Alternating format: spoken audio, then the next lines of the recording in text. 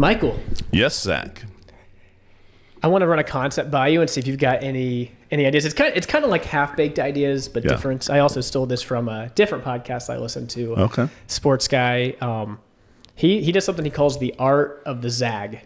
The zag. The zag. When everyone's zigging, Okay. you want to be zagging a little bit. So he's like, the sports media people are saying, LeBron's so great. He's been to 10 finals, whatever it is. He'll be like, well, if you look at the record, he's 4-6 in the finals. Maybe he's just not that. Like you just gotta. Right. He's like worst case scenario. I'm glad to hear you say that about LeBron. Yeah, I'm actually I like LeBron way more than I did 5 years ago. Yeah. I don't like him that much. He's like okay. He's the same thing. He's like Dr. Seuss. He's like Handel's Messiah. Right. He's like all these things. He's good. He's good. I like him. Glad he's on the Lakers. I would say that. I think not to side rail on LeBron, but I think he's good. Clearly, he's good. He's good. So back to zigging and zagging. He has this philosophy. Zigging and zagging could be used in a Dr. Seuss book too. But we're go ahead. He probably would not play as well in Handel's Messiah. No. Zigzag, he's like if you zag, doesn't mean you're always right, but you're pushing back a little bit. The conversation, you have a take that you're like, oh, maybe I didn't consider. Similar to a hot take a little bit. Sure. And so I was trying to think. I don't have as many examples as I would like. I have one example. Curious if you have any times where you zag. Everyone else is zigging and you're standing out from the crowd. One for me is everyone talks about how great breakfast is for dinner. And I think it's good, but I'm going to zag. And sometimes I'll do dinner for breakfast. Dinner for breakfast. This morning, I had some leftover steak and potatoes. And that was great. That's a zag. That is no a one zag. saw it coming. Yeah. No, I appreciate the dinner for breakfast. Now, what is a difficulty for me to get fully on board with that is that I don't eat breakfast anymore. No, it makes it hard. I was thinking because I typically don't eat breakfast, and that does make it hard. It's having huge results. I mean, my 5 years of intermittent fasting, it's like night and day difference, But that's beside the point, Beside the point. So I was trying to think, what are some other good zags? I wish I just had a list of them. But where maybe they don't sound great, but then you think about them, you're like, okay, maybe you got something there. I'm sure that there are, and maybe my family could give some, because I do tend to think about things differently, and people tell me that often. There you go. But I'm sure there is something where I'm just maybe this is here's typically. I am not a Raising Cane's fan. Wow, that you're hurting my feelings. Your team Zaxby's? Your team Huey Magoo's? Yeah, I'm team Zaxby's for sure. Man. Now we our family for Sunday meals. That's our one time a week out. True. Unless there's like a birthday or something, which we have fairly often. It's with 7 of us. Yeah. But yesterday was Lydia's choice, and she chose Raising Cane's. Well, time out. This is a good conversation, too. Yeah. Maybe this is a zag. Yeah. Does Mother's Day mean nothing? Well, it was given. Jill was given the option to choose. Okay, and just checking. She said, it's fine. Wow, what a true mother. That's good. She was like, are you going to choose Boxcar Betty's? And Lydia's like, no, if it's my choice, I'm choosing Raising Cane's. I love Raising Cane's. I was actually talking about it at the dinner table today. Oh, yeah. Jaden's the only kid I've taken to Raising Cane's. Okay. None of my other kids have been, and he just talks about it like it's this legend, Raising Cane's has good sauce and crispy crust. Bite your tongue. Whatever you're going to say next. I don't want to hear it. That's the coleslaw is meh, and I'm a coleslaw guy. Yeah. The bread is good. Texas toast, great. Yeah. The fries, they're not crispy. Man. They're just so. So I can eat there. Yeah. I like if you had Dr. Seuss right here, I would say Raising Cane's is just a little bit lower than Dr. Seuss. Right. It's not horrible. Fair enough. Wow. But I don't get the. Well, everyone loves it. Yeah. I love me some Raising Cane's. Have you been to Huey Magoo's? I have. Wow. Yeah. I like Huey Magoo's. I think I like Raising Cane's better. I like Zaxby's. I'll be honest. I like all these places. Zaxby's is good too.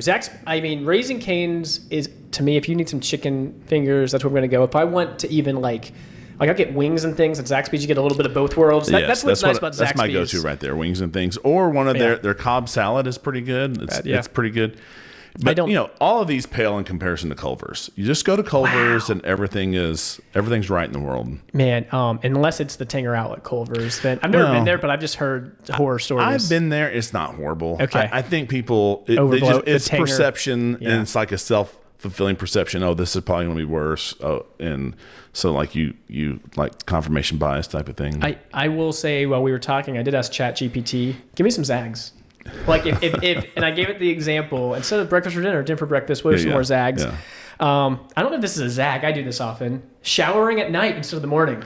I like to shower at night. If it's allergies, I don't know if it's a mind thing. I feel like I can wash off the pollen. Yeah. I can sleep better at night. And sometimes peak allergy season, I'll do the showering at night. Here's a Zag. Waking up early on weekends. That is a Zag. Yeah. We did that Saturday. Because a long time ago, you suggested this book, How to Go to Church. Oh, yeah. And my whole family are night owls. Is it hereditary? Yeah. Is it how I brought them up? Who knows? But whatever it is, I gave it to them either through genetics or through how I live my life. But Saturday, we were like, hey, we're going to get the house really clean for Mother's Day. And, we're going to start off the day with the enticement was we broke our rule. We're going to go to Waffle House, which I love Waffle House. Yeah. Waffle House is good. Yeah, and so we went out. So we got them up fairly early on the weekend, and I was like, okay, now don't take a nap. Go to bed early on a Saturday, so that we can get up early on a Sunday and not have that. So I love that. Yeah.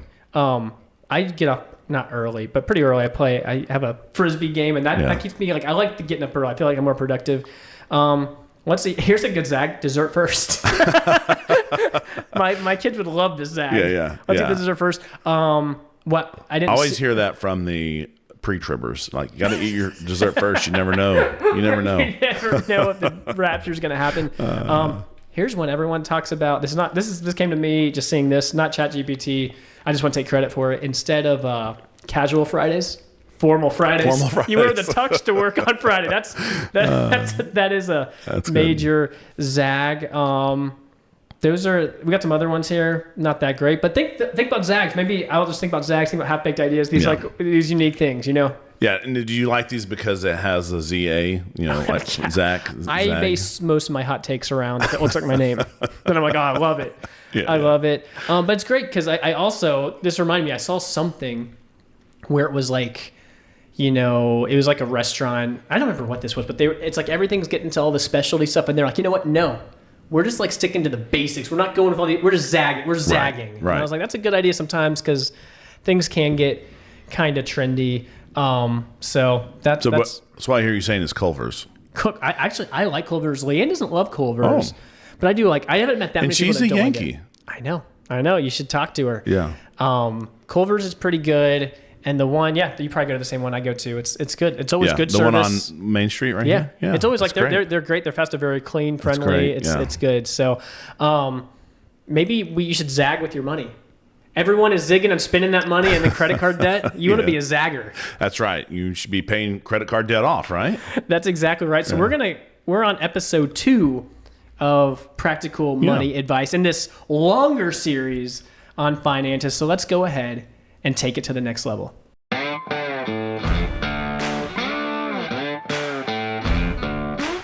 From the heart of the Low Country in South Carolina, it's the Take 2 podcast, where we take theology to the next level. All right, Michael. So we are working our way through this list of 8 different categories, trying to chime in a little bit, give our take, give some advice. Last time, we kind of talked. We spoke about this general overview. Right. Be a steward of your money. We see that principle in Scripture. And God kind of owns it all type of thing. God owns it all. I love that where it's not like your money in the first place. Right. Because I think it's a lot like, how am I going to spend my money? It's like, no, this is God's money. God's placed you in charge of this. How are you going to, use his money? And one of our areas we talked about was practicing generosity. Be a cheerful giver. Give sacrificially. We talked about living within your means. Yeah. That's my favorite. I love living within my means. It's tough. And then we ended with saving and investing wisely. We even talked a little bit about go work out, invest in your health a little bit. Do what you need to do. We talked a little bit, 401ks, HSAs, this kind of stuff, invest. And doing that, Proverbs says the plans of the diligent lead surely to abundance. Those are good principles to follow. We got a few more, and we'll kind of round out some of this practical advice that we can talk through. Yeah. And so number 5 was avoiding greed and materialism. And coincidentally enough, yesterday's sermon was on worry, and Joel did a good job of tying it to his first sermon, which was on greed. And he talked about how worry and greed they're intricately linked. I love that. Yeah. And I was thinking about this. So my father passed away a couple years ago. I got use of his truck. So and then when everything settles out in the trust and stuff, that will come out of my portion of the inheritance. But when I got it, occasionally the transmission would do something weird. I had it looked at. I had the transmission fluid changed. She's like, I don't really, and I found myself worrying over this truck. Man. And there was a time where I was like, you know what, Michael? Stop worrying about it. Like, this is a gift. It's not going to last forever. Yeah, at some point. At some point, it's going to go away. Yeah. Enjoy the gift while you got it. Yeah. God brought it into your life. You can take it out of your life. Man. And that's been a relief. Like, okay, I'm not going to worry about this material possession anymore. I'm not going to try to hoard it, Yeah, that's great. It's there. So I could really relate on a personal level to the sermon yesterday. I thought it was so good. I think these finance sermons have been really good. Where I'm the same way. Pastor talks about how much do you think about money? I think about money a lot. It is on my mind. I'm like, it's like responsibility. And most of the time it's unfounded worry. Like, God's giving me a job right now. These things. I'm like, what? Sometimes I'll be like, Lane, what if I got fired from my job? Like, she's like, it's not going to happen. You work all the time. Like, it's but it's like you have these fears. Like, man, I am holding on to things too tightly, and even thinking like I've got control of all these things. And I like that what you were echoing, that greed and worry, like two sides of that coin, where it's like they go together, and you want more, and you can spin it like, I just want to, like, in my mind, I justify it. Like, I want to do things right. I want to take care of my family, but you can, like, just perseverate on that kind of stuff and drive you crazy. Yeah, and I think that Joel made a good point, too, which is, when you tell someone, don't worry, that doesn't equal don't worry. Yes. It doesn't equal don't be wise, So you can get rid of the worry and still be wise and working with your money. And there's almost like a liberation with that. Yeah. Like, I'm going to work hard and I'll leave the rest in God's hand, and you can like sleep at night without like worrying about everything. So speaking about materialism, what are some areas, maybe we can talk about this, where is it easy to fall into materialism? Are there certain things you feel like entitled, like you're a grown up, you got a job, like you should have, everyone else has this, why can't you have this? Because it's like one of these little things, I think, that once you start going down that road, you can spend a lot of money on like nothing. Like, you know what I mean? Like t-shirts, whatever it is. You're like, wow, I spent all that money on that. Speaking of t-shirts, our merch is available, and you can order one in the link below. And they're not that much. No, they're great. And we got some, I'm excited. I'll just leave it at that. I got a little teaser about one of our shirts that maybe I bought it for someone. Yeah. And we got some, just while we're taking this little commercial break. So we got some feedback, because we had one shirt that just said, give hate a chance, Romans 12:9. And I liked it, but I was like, could I wear this? And so we got some feedback from Jonathan, one of our faithful listeners, and one of our, erstwhile, I think that's right, sometimes he's been on the podcast. Yeah. Could we just put a little bit of the verse on there to help give us some context? Yeah, that's better. So we put give hate a chance on the front, and then we put abhor evil on the back. And so both of those options, if you want the more kind of in your face one, the one that just says give hate a chance, it's still there. But if you're like, hey, I want a more gentler in your face, abhor evil is there too. So boom. I love that. Commercial break is over. Anything else on materialism? I think like we were talking about it. Like you said, you worry sometimes with your car. When I think of materialism too, I'm not like it's like the person driving the $60,000 sports car or something, or people think, I don't know, no matter if someone has a car, you're probably like, whoa, materialism, because every car is $1 bajillion right now. Yeah. I'm trying to think of other just like normal areas. I feel like you can, maybe let it roll a little bit with like subscription services or something. People think that they have to have a functioning oven. The Mott's have proved you don't. That's just materialism. Like get that's rid not of a need. That's a once. You just want everything, don't you, Michael?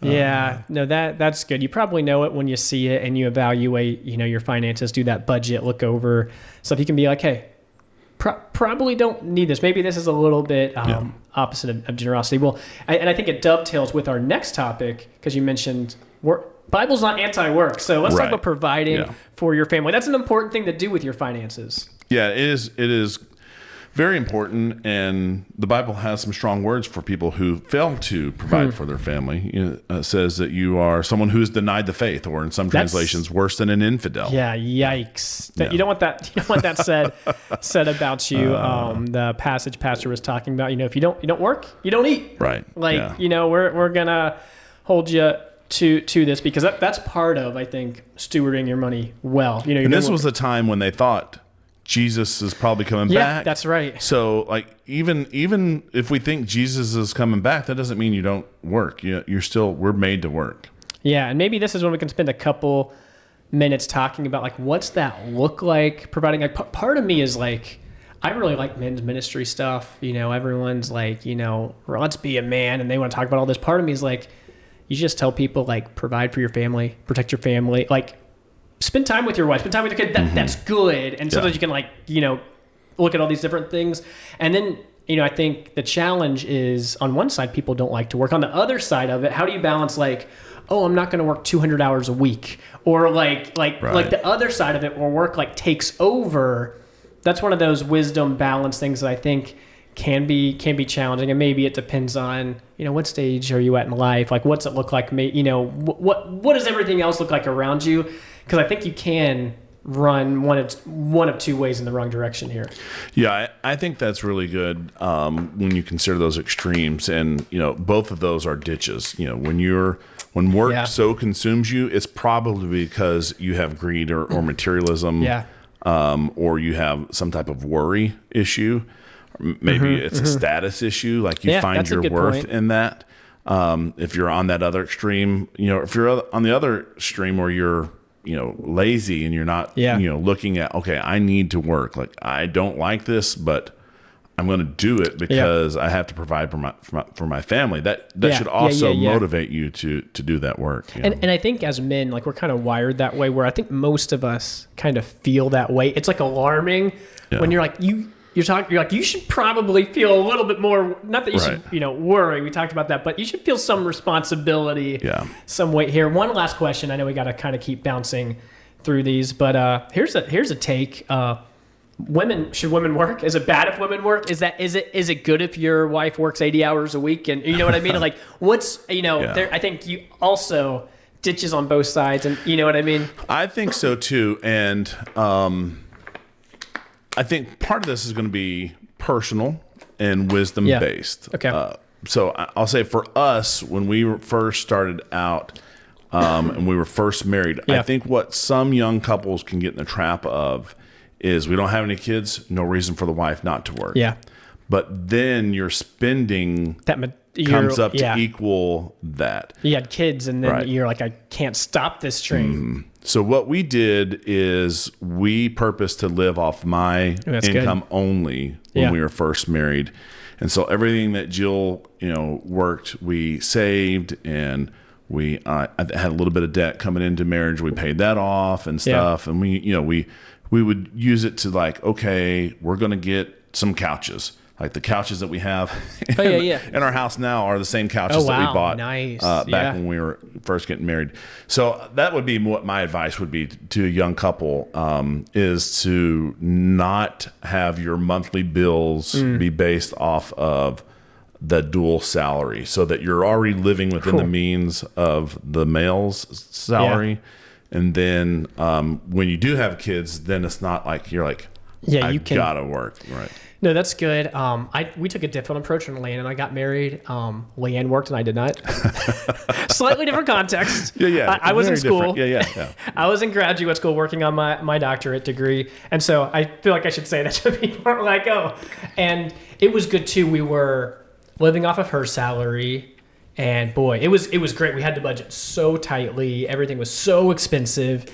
And, I don't know. She was a school teacher. We were making like $30,000 a year or something, and it's good. And then when you do have both incomes, if you can live off of one, that's so great. I think that's really wise advice because if you start living on both, it's just like, nowhere to go. And I look back at those 3 or 4 years, and it's like, man, it's kind of good to live your life scraping by, just so you can like know what it's like.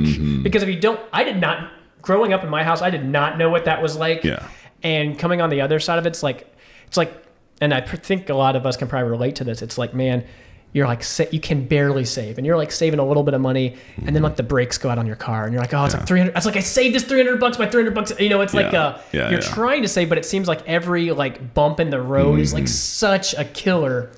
But that's really good. Yeah, I remember Jill and I laughed at this, but we were in our apartment, and we were in that place where like we were just trying to make ends meet, and you get paid and like you go grocery shopping and like, but we needed a broom, and she went and got she's broom, and I was like, we just need a broom, like just buy a broom.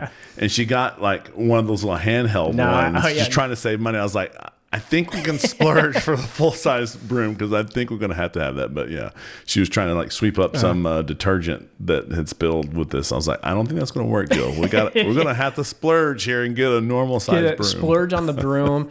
And we're in a situation now. My wife, she has not worked for the last 8 years, and we're about to step into the workforce. We're a little bit conflicted about it.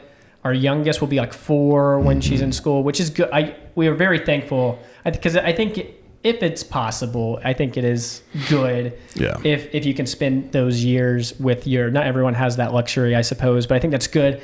And she like had homeschooled her oldest too. Is like really great, but it just makes sense. It's good timing for her to step back. But I think those are good things to think through and not just, hey, whatever. This might be a whole separate podcast, so we don't have to get into it, but I'd be curious. We should talk one time. Maybe this is too much over a small subject, but hey, what's the deal? Are we okay with, breadwinner being the woman, stay-at-home dad? Like, is that okay? Is that just not ideal, permissible, not good? Wouldn't recommend it. But anyway, that might be a whole rabbit hole thing. That is an interesting topic. One other thing for us, just so that for us, Jill was entering the workforce. We were praying about her getting a job that would help reduce our tuition. That happened. And Jill's like, well, they offered me a job. Should we pray about it? I was like, I think we already prayed for it. Check. This is the answer. Yeah. But crazily enough, that's when, like right after that happened, she was working, full time for maybe a couple of months, not full time, but part time for a couple of months, but full time enough to earn the discount. Nice, yeah. And that's when she was pregnant with Phoebe, and so we had some tough decisions to make. Yeah. And so Phoebe was our only one that.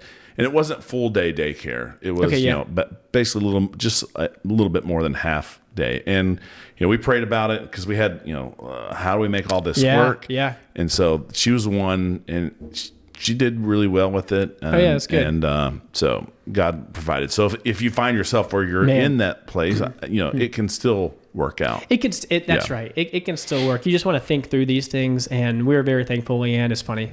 Working at Northwood, and it's like the schedules just align with the kids, like all of that is so important, where it's like spring break and summer breaks and stuff, and helps out with that tuition. So we are excited for that.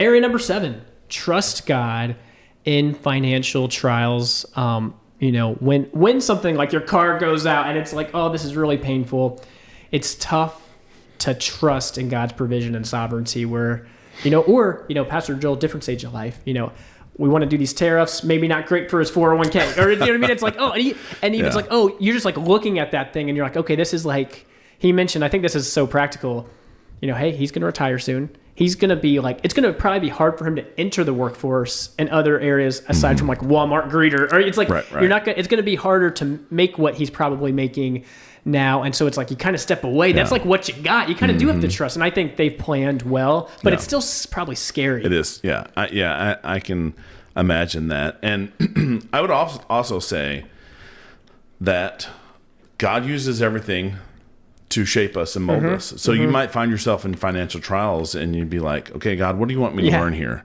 Is there some sin in my life that you want me to get rid of? Is there, some trust issues that you want me to, so those can be tools in his hands as well. I think that's absolutely right. Easier said than done.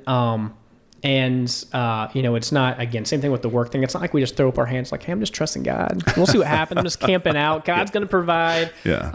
Our last area is planning for the future.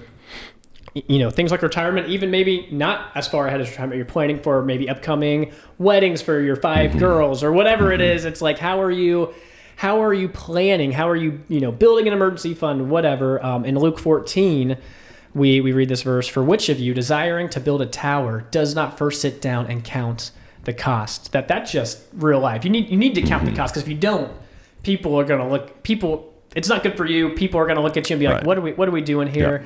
Yeah. So saving is definitely a biblical principle. How do we balance that with things like greed, or not trusting God? We just talked about trusting God. Right. How do we plan and trust God and do those sorts of things? No, I think that is tough, because we're told explicitly that your heart will go where your treasure is. Cool. And when I was younger, I used to interpret that verse to say that where your treasure is an indication of your heart barometer. And so if you're not investing in the right things, that's an indication that your heart's not right. And that there may be truth to that. Sure. That's not what that verse is saying. That verse is saying you can make a conscious decision to invest your treasure someplace, and naturally your heart will start. Just a fact, the fact of reality, be getting entangled into that. So, when you invest into a 401k or to savings, your heart, I think, is naturally going to get bound up in that somewhat. You're going to look at that. You're going to go check and go, oh, what is it? What is it? Man, I think that's can be balanced if you're also investing your money in other places, so that your heart is, right, yeah. And that you probably have to say to yourself, this is good, this is saving, but this is all God's, and I'm just trying to be a good steward of it, so that you kind of check that tendency to become greedy and prideful, or whatever it happens to be. Yeah, I think that is such good wisdom. And you look at all these categories, it's like if you are looking at that Excel spreadsheet or these line items in your budgeting, all of these things I think kind of collide together, where you can see, oh, where am I putting my treasure? Yeah. Am I planning and providing for my family here? Where am I wasting money, or where am I being a little greedy, or materialism? I think I look at all of these different things, and it's like, man, you should just have a plan, whether you're micromanaging that every day or just like loosely every quarter coming back to it. You probably shouldn't just be blindly going through life and not, with no regard. Because that you don't want to look ahead and you're 65 or 70 or whatever. You're like, oh man, I should have saved a little bit. Yeah. Yep. Man, any final words? I'll recap these areas. We talked about recognizing God's ownership, practicing generosity, living within your means, saving wisely, avoiding greed, providing for your family, trusting God in trials, and planning for the future. Using these biblical principles, we've got some leeway, but it doesn't mean you can do whatever you want to do. There's some parameters to live within. Yeah, and I would say I think that's good. Like, there are parameters, but it's not like it's a tight like.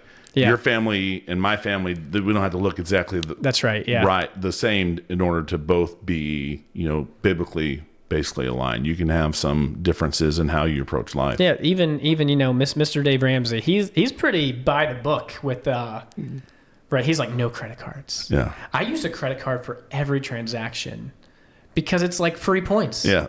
You should definitely pay it off like every. Right. I probably, like Pastor Joel saying, probably look at it. I'm like every day I'm like, pay off the credit card just to make sure I pay it off. But it's like might as well get the free money. Or even probably doesn't apply to most people. There has been a lot of legislation in the last like 7 years revolving around student loans that has been like all over the place. I pay very close attention to this. Yeah. And there's like all these different plans I can enroll in. And, it's good to look at these legal things because you might, that might have some bearing on, what your financial situation looks like. Yep. But good. Hopefully that was some practical advice for y'all. Other categories we'll pick up in the future: giving, tithing. Yeah, so we want to look at like the Old Testament frame of reference for what is tithing and offering, and how did that work? And then ask ourselves in another podcast, does this apply to us today? What does it look like for a New Testament? Yeah, I like it. So we'll continue on with these financial podcasts. Thanks for hanging in there with us. That's our take. Thanks for listening to Take Two. Find us wherever you find podcasts and on YouTube for those who want to watch our videocast.